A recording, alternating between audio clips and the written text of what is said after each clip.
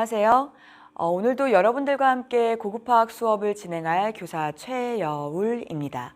자, 오늘은 지난 시간까지 저희가 공유 결합을 하고 있는 물질들의 구조식을 루이스 구조식으로도 나타내 봤고, 그리고 그 루이스 구조식으로 나타낼 수 없었던 공명 구조라고 하는 개념도 배웠고요. 그리고 그 구조식에서 갖고 있었던 각 원자들 간의 형식 전하들도 우리가 계산을 해봤습니다. 그리고 그 공유결합 길이, 결합 엔탈피에 대한 정보도 함께 봤었는데요. 이번 시간에는 저희가 결합의 극성과 쌍극자 모멘트에 대해서 한번 배워보도록 하겠습니다. 이 내용은 사실 화학원 교과 과정에도 있습니다. 그래서 여러분들이 지금 생소하게 듣는 내용은 아닐 테니까 조금 더 기억을 상기시킨다고 생각하시고 좀 더 자기가 알고 있었던 개념을 더욱 다지는 시간이 되셨으면 합니다. 교과서는 29쪽부터 31쪽까지니까요. 공부하실 때 참고하시면 되겠습니다. 화학원에서 우리가 배웠었던 결합의 극성, 어떤 내용이 있었는지 한번 지금부터 잠깐 짚어보도록 하겠습니다. 자, 결합을 이루는 두 원자의 종류, 즉 전기음성도 차이에 따라서 우리는 결합의 극성을 구분할 수 있었는데요. 첫 번째 경우입니다. 제가 지금 임의의 원소기호 A를 사용하고 있는 두 원자를 가져왔어요. 자, 지금 이 경우는 무엇을 말하는 거냐면 동일한 원소의 종류인 즉 A원자와 A원자가 서로 함께 결합을 형성하려고 할 때입니다. 자, 이들은 지금 전자쌍을 공유하고 있는 방식을 택하는데요. 자, A와 A가 서로 공유하고 있는 이 전자쌍을요, 동일한 힘으로 그 전자쌍을 끌어당기고 있는 거예요. 자, 그렇다면 이 전자쌍은요, 어느 한쪽으로도 치우침이 없이 정중앙에 머무르게 되어 있겠죠. 자, 이 경우에는 우리가 그 결합에서 극성을 찾아볼 수 없다고 말합니다. 즉, 이 경우는 무극성 결합이라고 말하고 또는 무극성 공유 결합이라고 표현할 수 있습니다. 자, 두 번째 경우는요. A와 또 다른 종류의 원소인 B가 서로 결합을 하려고 할 때예요. 자, 이때는 A와 B, 종류가 다른 원소이기 때문에 그들이 각각 전자쌍을 자기 쪽으로 끌어당기려고 하는 그 힘, 전기음성도의 차이가 날 수밖에 없죠. 즉, 이때는요, 서로 공유를 하고는 있지만 그 전자쌍이 조금 더 그 힘이 강한 쪽으로 치우쳐져 있을 거예요. 자, 제가 가정을 해볼게요. 지금 이 상황에서는요, 전기음성도가 A가 B보다 더 크다고 해보겠습니다. 자, 이 경우에는 전자쌍을 내가 공유는 하고 있지만 이 공유된 전자쌍이 조금 더 A 쪽으로 끌려가 있다는 얘기예요. 즉, 전자 분포들이 A 쪽으로 좀 더 치우쳐져 있기 때문에 만약에 전자쌍을 그리게 된다면 제가 이걸 설명하기 위해서 좀 강조를 한다면 A 쪽으로 약간 치우쳐진 정중앙으로부터 약간 A 쪽으로 치우쳐진 것처럼 그릴 수 있겠죠. 자, 이때는 결합의 극성이 있는 경우인 거죠. 이때 우리는 극성 결합 또는 극성 공유 결합이라고 말할 수 있습니다. 자, 세 번째 경우입니다. 세 번째는요, A와 C, 또 새로운 종류의 원소가 나타났어요. 자, 지금 이 경우에 서로 결합을 하려고 할 때 제가 지금 가정하려고 하는 상황이 어떤 상황이냐면 전기음성도 차이가 당연히 나긴 날 건데 그 차이가 A가 B가 살짝 났던 것과는 달리 굉장히 크게 나는 경우입니다. 자, 전기음성도 차이가 매우 크다면 이들은 그 전자쌍을 공유할 수 있는 상태가 아닙니다. 생각해 보세요. A는 전자쌍을 굉장히 강하게 잡아당길 수 있는 반면에 C는 그 힘이 상대적으로 너무 약해요. 그럴 때는 이 전자쌍은 공유된 상태가 아니라 아예 A 쪽으로 이동해 버릴 겁니다. 즉, 제가 이제 강조해서 만약에 그린다면 그 전자쌍은 아예 A 쪽으로 이동해 버릴 것이고 이 서로 공유하고 있는 상태가 아예 아닌 거예요. 자, 이럴 때 우리는 이 결합 방식을 이온 결합이라고 부릅니다. 자, 세 가지 경우를 다시 한 번만 간단하게 정리해 보도록 하겠습니다. A와 A, 동일한 종류의 원자가 서로 결합할 때는 무극성 결합. 왜요? 전기음성도 차이가 없으니까. 서로 끌어당기는 힘이 같으니까. 두 번째, 전기음성도 차이가 어느 정도 날 때. 자, 그 기준은요, 제가 이따가 자세히 설명드릴게요. 자, 전기음성도 차이가 어느 정도 날 때는 그렇죠. 그 힘이 더 강한 쪽으로 전자 분포가 쏠려 있을 것이다. 그때는 극성결합. 이럴 때 우리가 사용하는 기호가 하나 있긴 했죠. 극성결합일 때, 즉 전자 분포가 쏠려 있을 때 그 쏠려 있는 쪽, 전자들이 더 쏠려 있는 쪽을 델타 마이너스라고 표시했었고요. 델타, 상대적으로 빼앗기고 있는 쪽을 플러스라고 표시했습니다. 세 번째 경우입니다. 전기음성도 차이가 매우 클 경우에는요, 공유결합의 성질을 더 이상 띌 수 없고 아이의 그 전자쌍이 어느 한쪽으로 이동해버린, 즉 이온결합이라고 우리는 말할 수 있다.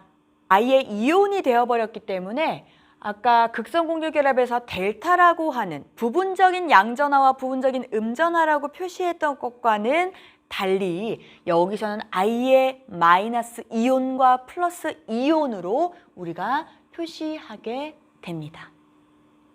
자, 우리가 지금 봤더니요, 왼쪽에서 오른쪽으로 오면 올수록 점점 극성이 아예 없다가 극성이 생겨났다가 아예 그 극성이 과도해져서 공유가 아닌 이온 결합을 택하게 되었어요. 즉, 이 경우에는요, 점점 오면 올수록 그 결합이 갖고 있었던 이온성, 이온 결합적인 성질이 점차 증가하고 있다라고 표현합니다. 그럼 반대로 제가 화살표를 그리게 된다면요, 이 화살표는 뭘 의미할까요? 그렇죠. 이온 결합에서 극성이 그리고 아예 없는 무극성, 즉 이 경우에는요, 결합의 공유성이 증가하고 있는 방향이다라고 말할 수 있어요. 즉, 우리가 알고 있는 이 결합에는요, 공유결합적인 성질과 이온결합적인 성질이 공존하고 있습니다. 이 내용을 우리 고급화학에서도 조금 더 심도 있게 다루고 있습니다. 그걸 지금부터 한번 볼게요. 자, 모든 결합은 순수하지 않다. 즉, 모든 결합은 순수한 공유결합과 순수한 이온결합의 중간 상태다라고 말합니다. 이게 아까 우리가 봤었던 결합의 공유성과 결합의 이온성이 공존한다는 말과 일맥상통하는 말인데요. 우리 교과서에 보면 공명혼성구조, 그리고 그것에 대한 기여도가 크다 작다를 논하고 있어요. 자, 이것이 무슨 말인지 한번 예시를 들어서 설명해 보도록 하겠습니다. 자, 우리 교과서에 나와 있는 첫 번째 예시로는요, 동일한 두 염소 원자가 서로 결합한 염소 분자의 경우입니다. 우리가 보통 염소 분자를 루이스 구조식으로 그려봐 라고 했을 때 염소, 단일 결합하고 있고 비공유 전자쌍 각각 세 쌍씩을 가지고 있다고 표현을 하죠. 그런데 우리 교과서에 이상한 그림이 하나 나와 있단 말이에요. 자, 보시면 일단 맨 왼쪽에 나타나 있는 그림은 우리가 기존에 알고 있는 그림이에요. 그런데 두 번째 그림과 세 번째 그림이 각각 양쪽 방향으로 그려져 있는 화살표로 연결되어 있습니다. 자, 이 화살표 기호 우리 어디서 봤었죠? 네, 공명구조였죠. 즉, 지금 우리가 기존에 알고 있는 이 결합이 사실은 여러 구조의 공명구조로서 함께 혼성되어 있다라고 말하고 싶은 거예요. 그런데 그 기여도는 각각 다 다를 수 있습니다. 보시면요, 두 번째와 세 번째는 지금 전하가 표시되어 있는 것을 보니까 이온성 구조라고 말할 수 있어요. 자, 이온성 구조인데 보세요. 동일한 원소인데 전자쌍을 끌어당기는 힘이 다를 리가 없잖아. 그러면 서로 같은 힘으로 끌어당기는 애들 사이에 이렇게 전자의 분포가 달라질 수 있을까요? 우리가 상식적으로 생각해봐도 이건 아니잖아요. 즉, 이 세 개의 혼성되어 있는 공명구조가 있긴 하지만 그중에 이 두 이온성 구조는 기여도가 거의 없다라고 할 수 있어요. 즉, 우리가 기존에 알고 있었던 이 루이스 구조가 그 기여도가 가장 컸기 때문에 우리가 그렇게 배워왔고 그렇게 쓸 수 있다는 거죠. 이 뒤에 있는 두 개의 구조는 어차피 기여도가 없는 구조였기 때문에 우리가 굳이 그리지 않아도 되었던 거죠. 자, 두 번째 경우는 다른 종류의 원자들이 결합한 염화수소 분자입니다. 이 경우에도 마찬가지로 우리는 이들의 루이스 구조식을 그려보라고 한다면 수소는 비공유 전자쌍이 없고 염소에게 세 쌍의 비공유 전자쌍이 있다. 이런 식으로 루이스 구조식을 그릴 수 있었단 말이에요. 그런데 우리 교과서에 또 한 번의 특이한 그림들이 나오죠. 자, 맨 왼쪽은 우리가 기존에 알고 있었던 루이스 구조식인 것 같고, 자, 두 번째와 세 번째 역시 마찬가지로 플러스 마이너스 전하가 표시되어 있는 이온성 구조입니다. 자, 그런데 왼쪽 같은 경우 볼게요.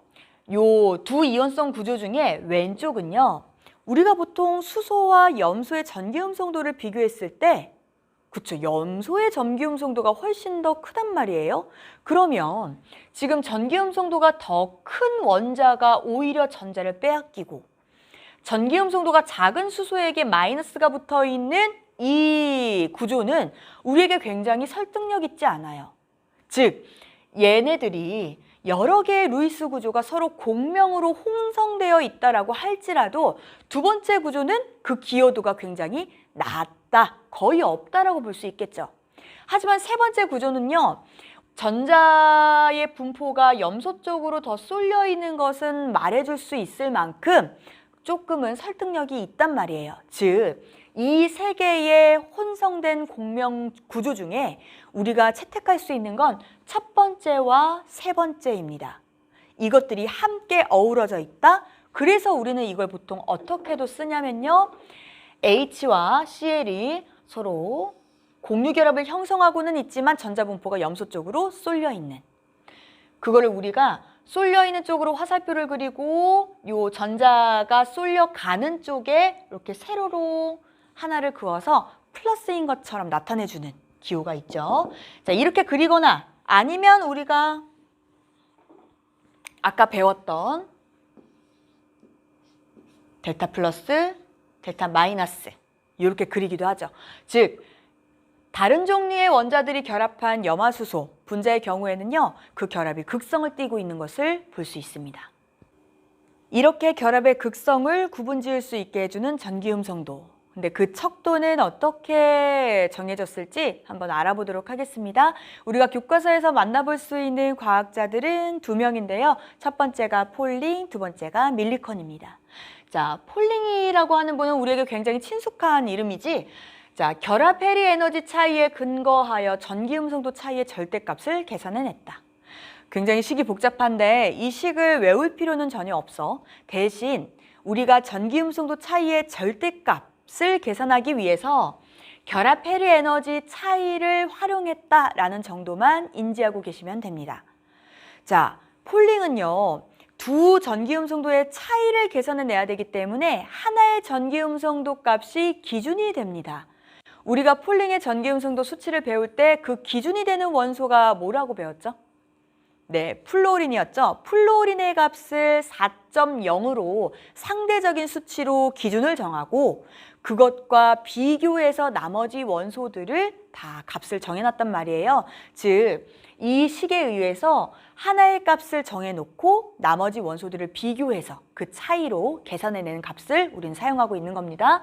자, 두 번째 밀리컨은요, 조금 더 보다 간단하게 전기음성도 척도를 제한했어요.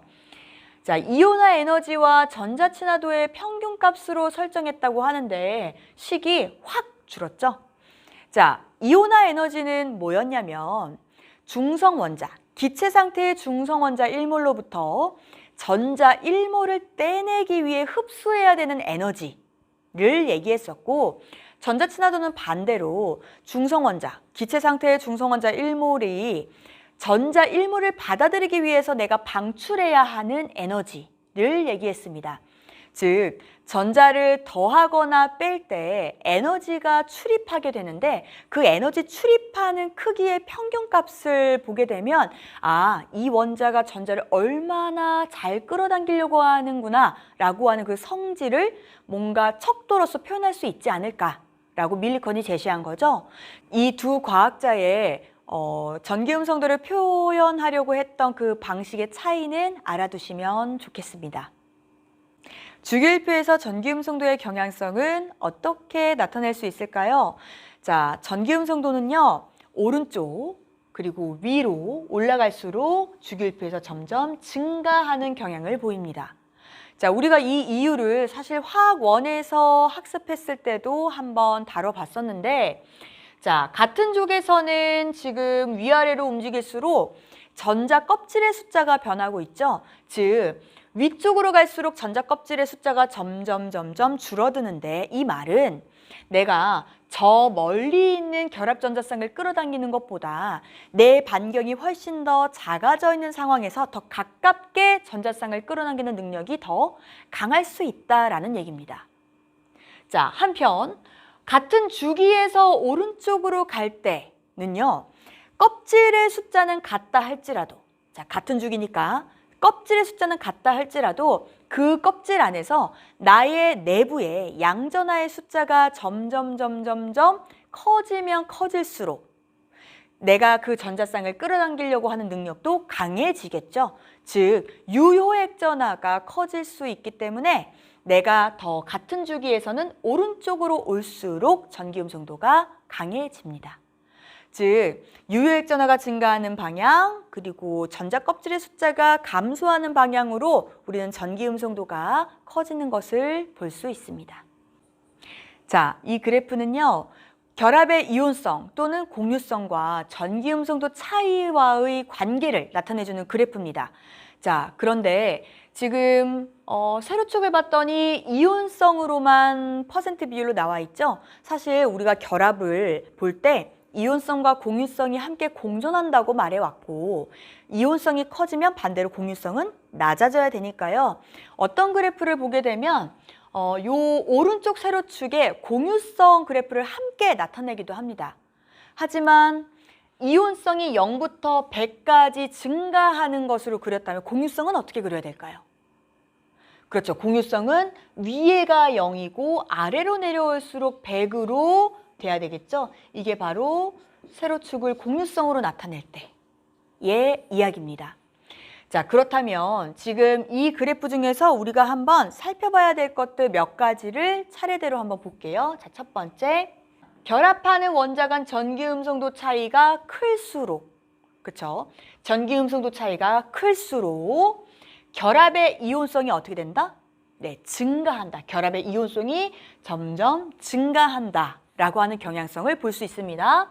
자, 두 번째, 결합의 이온성이 50%인 경계 지점을 얘기하는 건데 무슨 얘기냐면 결합의 이온성이 50%를 기준으로 봤을 때 50%보다 더 크면 그 결합은 이온성 결합이라고 말할 수 있고, 그 50%보다 낮은 쪽은 공유결합성이라고 말할 수 있다 이 말이에요.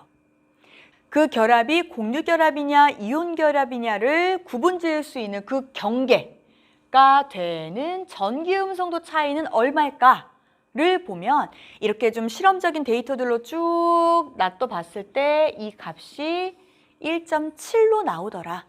1.7보다 전기음성도 차이가 크면 보통 그 결합은 다 이온결합을 갖고 1.7보다 작으면 그 결합들은 공유결합을 하더라. 이렇게 말할 수 있다는 거죠. 선생님 1.7은 뭐죠? 이렇게 물어보는 학생들이 많은데요. 1.7일 때는 그거는 또 다른 원소들의 상황이나 조건들을 봐야겠죠. 어쨌든 대략적인 기준이 1.7로서 전기음성도 차이가 그것보다 크면 이온결합을 하고 있고 그것보다 작으면 공유결합을 하고 있더라 라고 보시면 됩니다. 그러면 제가 질문을 한번 해볼게요.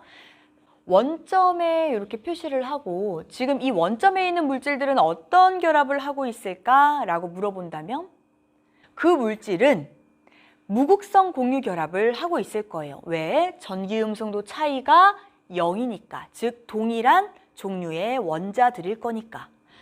이 지점은요, 무극성 공유 결합.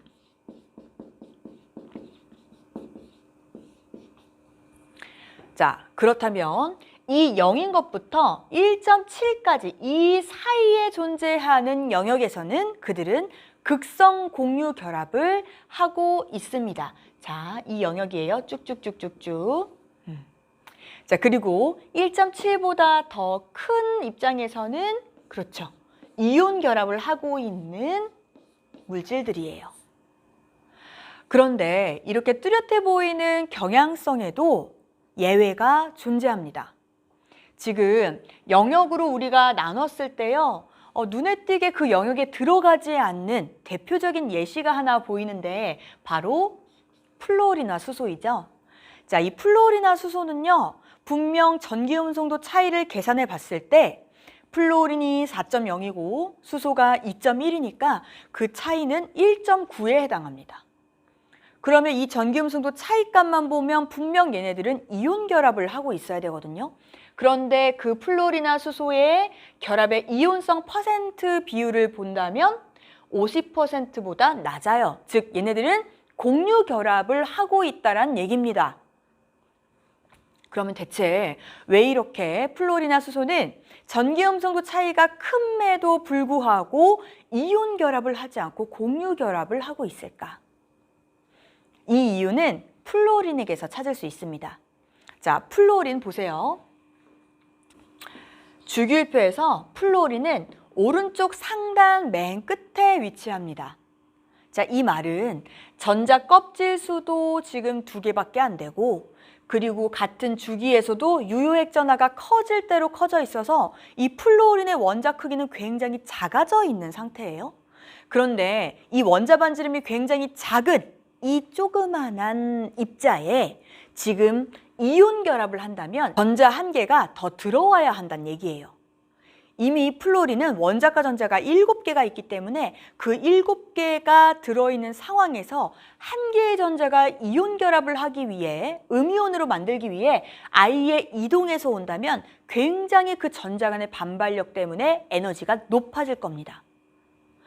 그래서 이 플루오린하고 결합해야 하는 수소가 내가 분명 전기음성도가 상대적으로 굉장히 작음에도 불구하고 플루오린으로 아예 전자들이 완전하게 이동하지 못하고 이 둘 사이에 공유되어 있는 상태로 그들은 전자쌍을 함께 나눠 가지고 있게 되는 것이죠.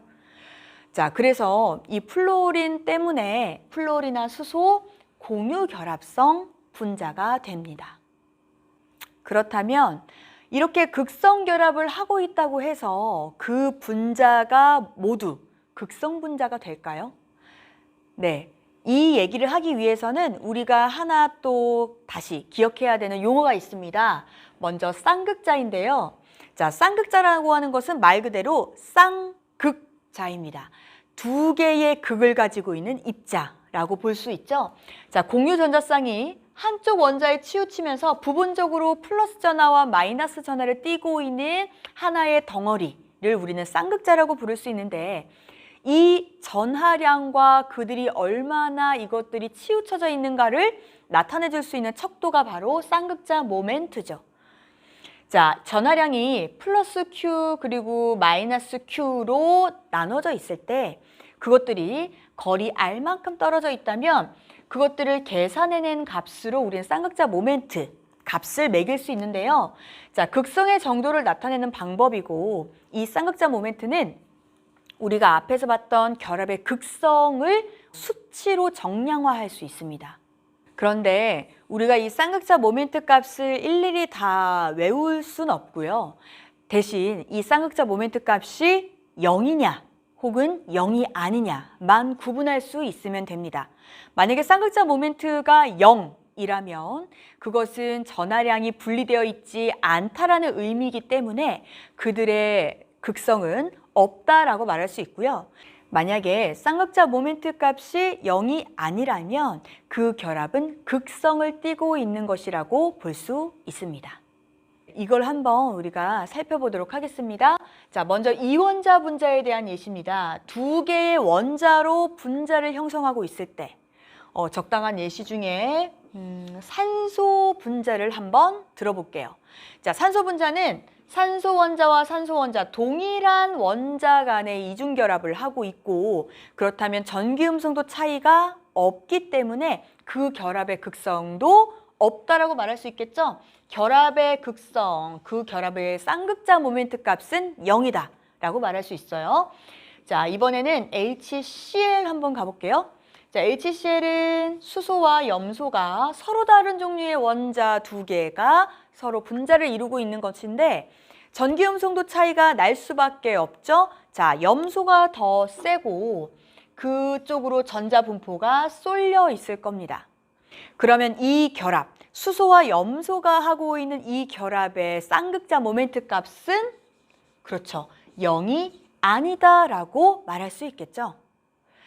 이원자 분자의 경우에는요, 그 이원자 분자 내에서 갖고 있던 결합의 극성이 곧 분자의 극성을 결정해 줍니다. 왜냐하면 서로 두 원자가 마주하고 있는 그 결합, 오로지 그 한 결합이 분자 내에 존재하는 유일한 결합이기 때문이죠. 그래서 산소 간에 하고 있는 이 결합의 극성이 무극성 결합이었다면 곧 이 분자도 무극성 분자가 될 것이고, 만약에 염화 수소 분자에서 그 결합의 극성이 있었다면, 극성 결합이었다면 그 전체적으로 존재하는 분자의 극성을 논할 때도 극성 분자라고 우리는 말할 수 있죠. 그러면 이제 우리가 주의를 기울여야 되는 부분은요, 다원자 분자입니다. 3개 이상의 원자로 분자를 형성하고 있을 때인데요. 자, 이때는 결합의 극성을 논하는 것과 분자의 극성을 논하는 것이 완전히 동일하지 않게 됩니다. 몇 가지 예시를 한번 들어볼게요. 자, 첫 번째, HCN 가보죠. 자, 사이아가 수소라고 부르는데요. 얘는 루이스 구조식으로 우리가 나타낼 때 탄소를 중심으로 하고, 그리고 질소와는 삼중결합, 수소와는 단일결합 하고 있습니다. 자, 이때 전기음성도를 비교해 보면서 각각 갖고 있는 두 원자 간의 결합들, 한쪽은 단일결합, 한쪽은 삼중결합, 그 결합의 극성들을 논해 볼게요. 자, 수소와 탄소 간의 결합에서는요, 네, 극성 결합이에요. 근데 어느 쪽으로 쏠려 있을까요? 그쵸, 탄소가 전기음성도가 더 세니까 이쪽으로 쏠려 있을 거예요. 자, 탄소와 질소 사이의 삼중결합에서도 극성을 한번 논해보죠. 누가 더 전기음성도가 세냐면 질소가 좀 더 세죠. 그래서 질소 쪽으로 전자분포가 쏠려 있을 거예요. 자, 이렇게 됐을 때 결합의 각각이 갖고 있는 극성의 쌍극자 모멘트들이 있습니다. 그런데 이것들이 분자를 논해야 될 때는 전체적으로 합해지게 되는 거예요.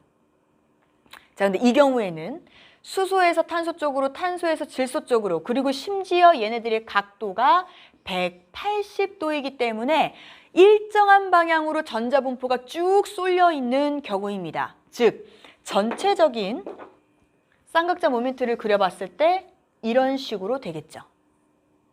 그러면 얘네들은 결합의 각각의 극성이 당연히 있는 것과 동시에 분자의 극성을 논할 때도 우리는 뭐라고 할 수 있다?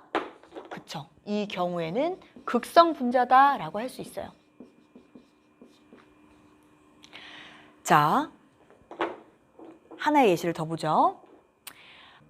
BF3입니다. 붕소를 중심 원소로 하고 있는 플로린화 붕소예요. 자, 얘네들의 루이스 구조식을 그려보면 제가 이렇게 한번 그려볼게요. 이렇게.